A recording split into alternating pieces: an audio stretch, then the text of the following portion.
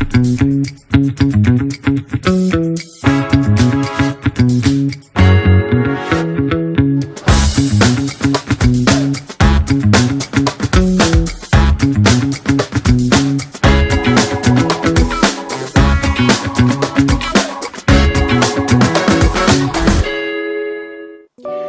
teman-teman, welcome back to podcast Let's Talk. Di episode kali ini kita akan mengangkat tema From UB to Google, Perjalanan Menebus Ekspektasi. Nah, kita akan berbincang bersama dengan mahasiswa Filkom UB yang menjadi ambassador dari Google. Nah, nanti kita akan tanya-tanya lebih lanjut seperti apa sih programnya. Nah, langsung aja kita ngobrol bersama dengan Salsabila Zayatul Umah. Halo Salsa. Halo Kak. Gimana kabarnya hari ini? Alhamdulillah baik banget dan tentunya senang banget berada di sini. Oke, mungkin dirimu boleh kenalan lebih lanjut nih. Sekarang kuliah jurusan apa, kesibukannya juga apa, silahkan. Halo Sobat UB TV, perkenalkan nama saya Salsabila dari Prodi Pendidikan Teknologi Informasi di Fakultas Ilmu Komputer Universitas Brawijaya Angkatan 2024. Untuk kesibukan saat ini saya mahasiswa aktif, kemudian saya kesibukannya sibuk volunteer Kak di luar kampus. Kebetulan saya suka jadi volunteer juga. Kemudian kegiatan-kegiatan yang ada di kampus juga. I see. Nah, kemudian Salsa ini mengikuti Google Student Ambassador. Nah, ini kayaknya zaman aku kuliah dulu belum ada gitu ya, dan kurang familiar, dan mungkin ada beberapa nih teman-teman yang lagi nonton juga, iya apa sih kok keren banget ada title Google-nya kan di sana. Coba dong Salsa jelasin ini programnya seperti apa sih? Baik, jadi mungkin banyak dari teman-teman mengira Google Student Ambassador itu bekerja langsung di Google seperti menjadi karyawan mungkin ya mengiranya. Akan tetapi Google Student Ambassador adalah suatu program yang dibentuk oleh Google ditujukan kepada mahasiswa terpilih untuk menjadi penghubung antara Google dengan teman-teman mahasiswa yang ada di kampus. Nah, untuk tanggung jawab Google Student Ambassador ini adalah menjadi penghubung serta mengedukasi teman-teman mahasiswa lainnya yang berada di kampus terkait teknologi, tools Google, terutama Artificial Intelligence atau yang teman-teman tahu AI gitu. Oke, jadi seperti penyambung lidah gitu ya antara Google dan juga teman-teman mahasiswa. Karena bisa jadi banyak juga teman-teman yang agak gaptek gitu ya, kurang ngerti tools yang ada di Google. Tapi anyway, ini kan program belum begitu diketahui gitu ya oleh teman-teman mahasiswa pula. Nah, dirimu tahu dari mana gitu kan sampai akhirnya memutuskan untuk mendaftar. Nah, jadi cerita pertama kali tuh saya emang sebelumnya kan ikut volunteer di luar kampus. Kemudian saya pengen nih ikut kegiatan lain. Saya pengen kegiatan yang berbeda gitu Kak. Saya nyari di TikTok. Saya nyari di TikTok nih. Kemudian muncul ada teman GSA dari angkatan 2025 kemarin. Itu membuat review unboxing dari merchandise yang didapat dari Google Student Ambassador. Nah, dari situ saya tuh penasaran apa sih Google Student Ambassador ini. Nah, di situ saya tuh mencari tahu informasinya, mencari di Google. Oh, ternyata Google Student Ambassador itu seperti ini. Kemudian saya tertarik buat mendaftar. Oke, jadi pertama kali ini programnya ada di tahun 2025. Iya, betul banget. Kalau Salsa ikutnya yang di tahun 2026. Oh, I see, generasi kedua berarti ya dirimu, I see. Ini kemudian apakah semua mahasiswa bisa langsung mendaftar atau ada persyaratan tertentu, kemudian ada proses seleksinya, kayak gimana sih ceritanya? Oke, untuk seleksinya sebenarnya ada beberapa tahap ya Kak, dan untuk teman-teman mahasiswa dari prodi lain itu boleh banget buat daftar. Jadi nggak hanya anak IT, nggak hanya anak Filkom, nggak harus jago coding, nggak harus IPK tinggi misalnya. Jadi dari teman-teman dari berbagai macam prodi tuh bisa banget buat daftar. Nah, untuk seleksinya tuh ada beberapa tahap Kak. Untuk tahap pertama itu ada pendaftaran, jadi kita mengisi data diri kita, kemudian menyertakan berkas-berkas pendukung seperti CV, portofolio, dan lain-lain.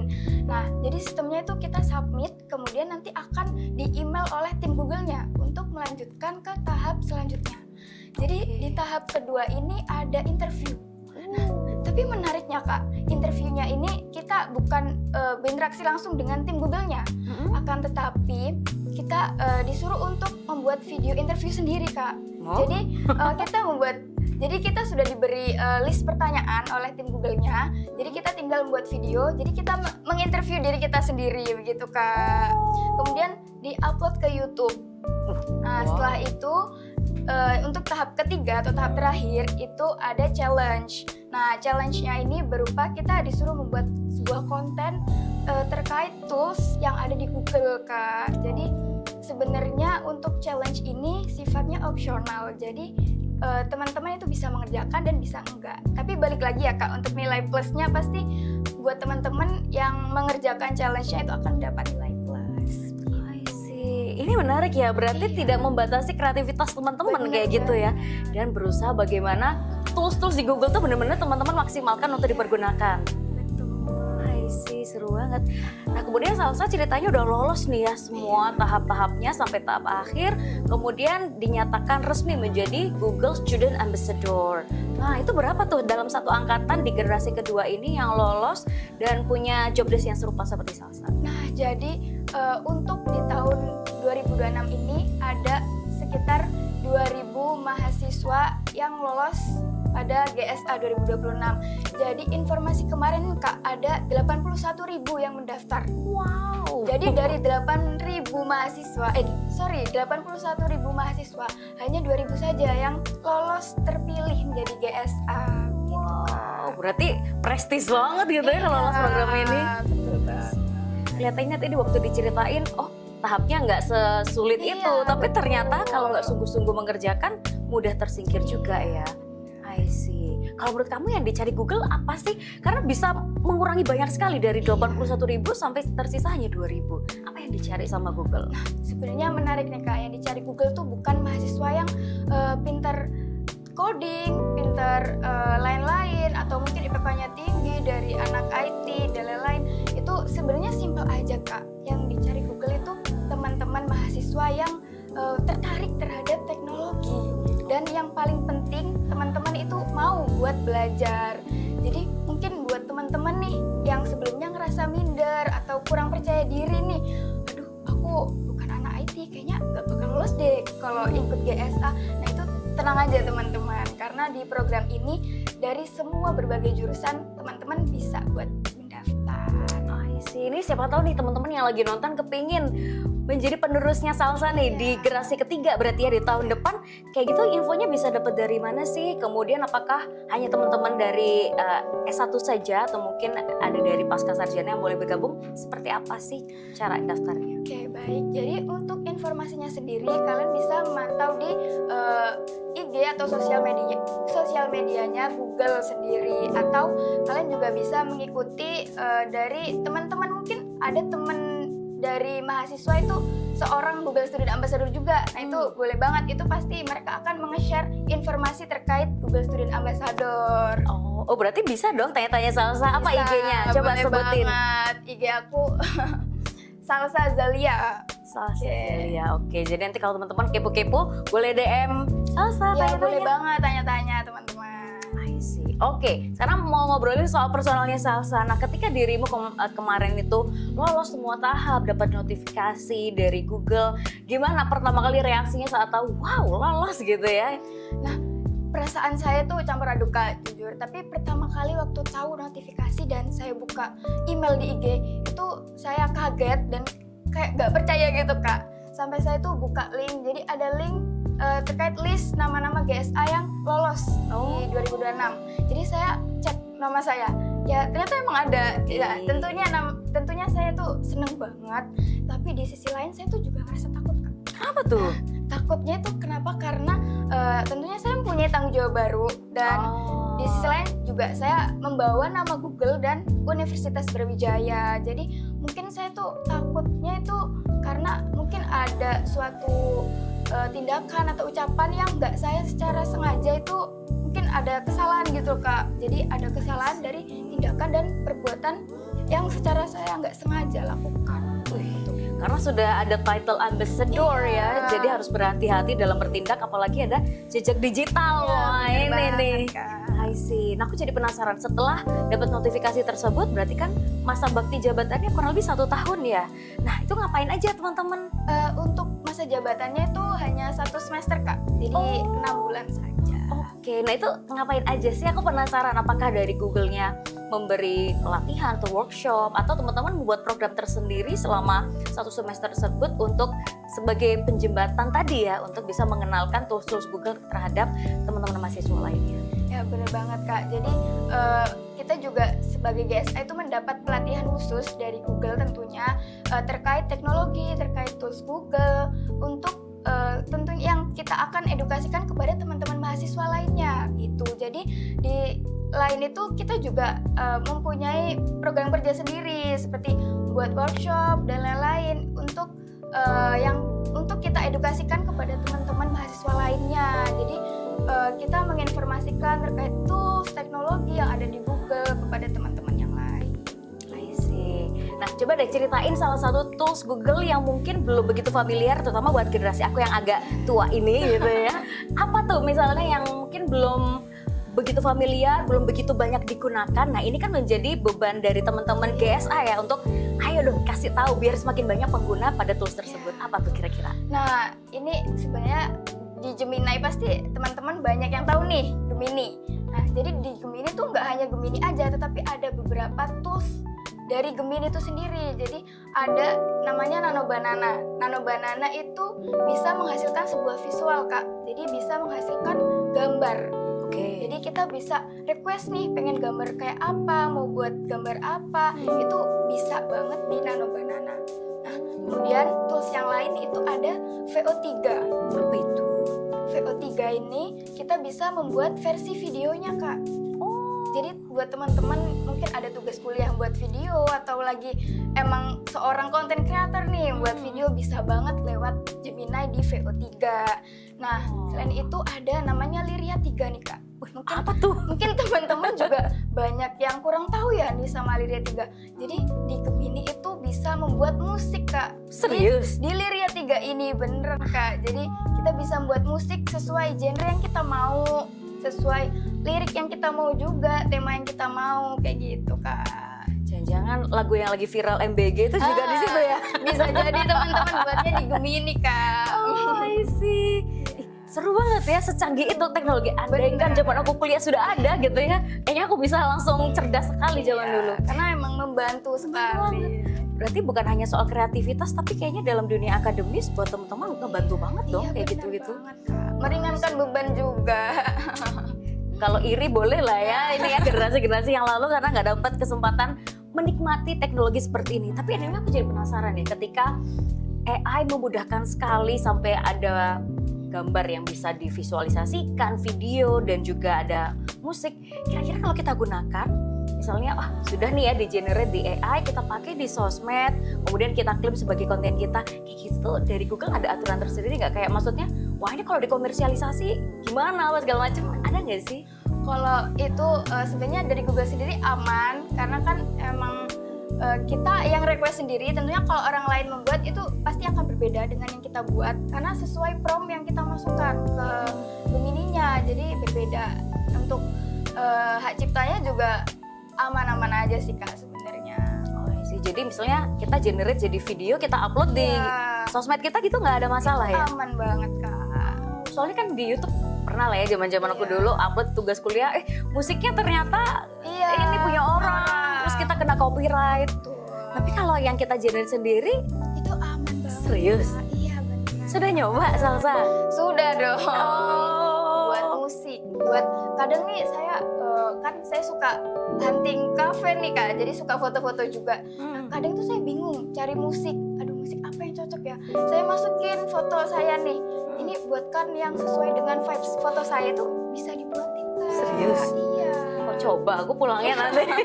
Boleh banget dicoba nih. Secanggih itu ya ternyata ya. I see.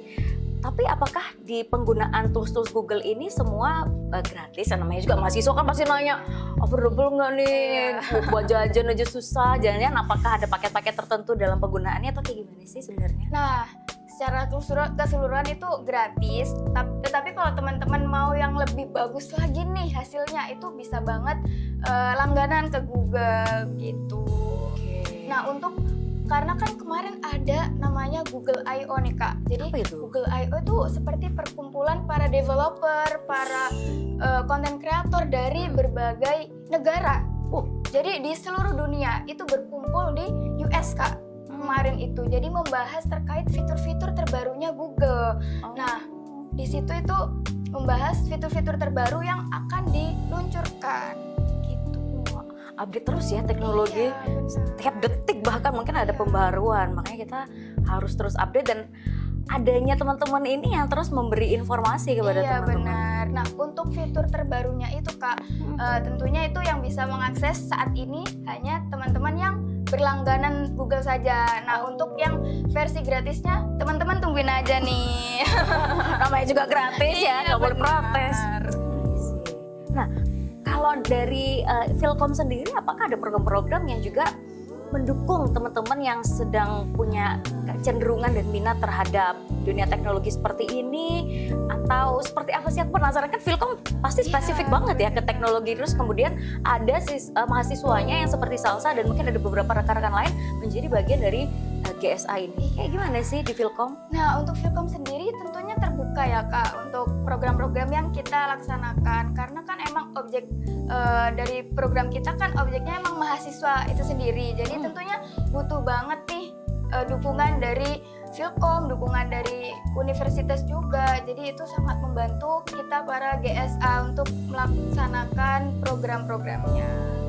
Oke, kalau dari Philcom program spesifik yang berkaitan dengan teknologi apakah ada atau lebih pada support deh teman-teman yang sudah tergabung dengan program-program seperti ini yang langsung diberikan support?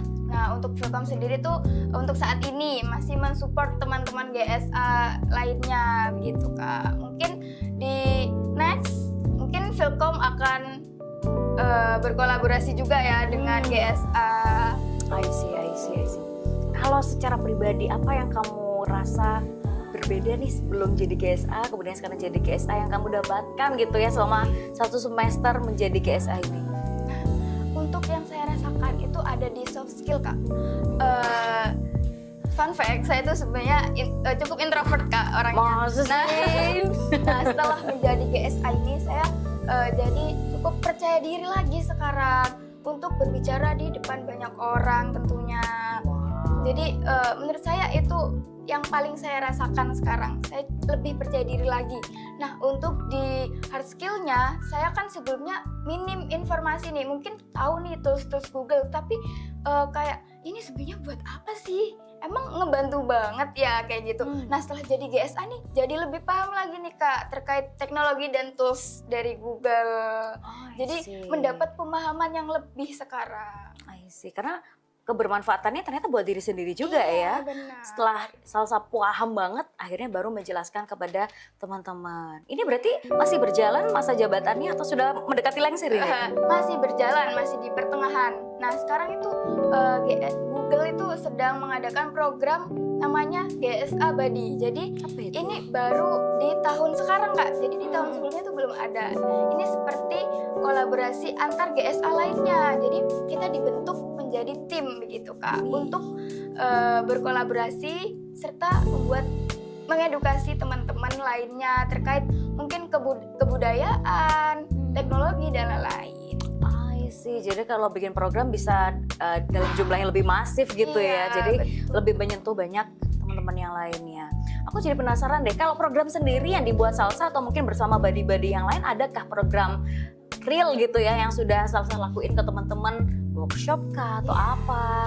Nah, untuk program yang saya kerjakan sendiri itu ada, yaitu saya membuat konten-konten begitu Kak, karena emang ini penugasan wajib juga membuat konten, mengedukasi terkait tools dari Google, teknologi. Kemudian di sisi lain saya juga akan melaksanakan sebuah workshop. Jadi kemarin saya lagi ngajuin proposal nih Kak, baru disetujuin. Jadi saya ini masih membuat rencana buat workshopnya begitu. Jadi sedang proses. Wow, semoga di ACC kemudian programnya bisa diinformasikan lebih luas dan teman-teman yang nonton juga bisa gabung nih sama program yang dibuat oleh Salsa dan juga teman-teman GSA lainnya. Terakhir deh, ini sebagai penutup, kasih dong semangat dan motivasi mungkin buat teman-teman yang pengen seperti Salsa di GSA batch berikutnya, ataupun teman-teman yang tadinya juga introvert atau ada rasa kekhawatiran terhadap diri sendiri tapi akhirnya harus bisa berani seperti yang Salsa alami. Silahkan. Nah, untuk pesan singkat dari saya itu kalian tidak perlu menjadi luar biasa untuk memulai, tetapi kalian harus memulai untuk menjadi luar biasa. Jadi teman-teman jangan takut buat mencoba. Semangat teman-teman. Keren banget quotes of the day dari Salsa. Thank you banget Salsa sudah sharing di kesempatan kali ini. Semoga sukses semuanya, workshopnya lancar, banyak yang join juga. Nanti update-update info lagi ya bersama dengan teman-teman dan pemirsa. Baik. Dan teman-teman semuanya, semoga kalian terinspirasi dari cerita Salsa dan kalian bisa menjadi next GSA nih, melanjutkan apa yang sudah dilakukan oleh Salsa dan teman-teman GSA lainnya. Dan terima kasih atas kebersamaan pemirsa semuanya. Sampai jumpa di episode-episode berikutnya. Bye-bye. Bye. Terima kasih.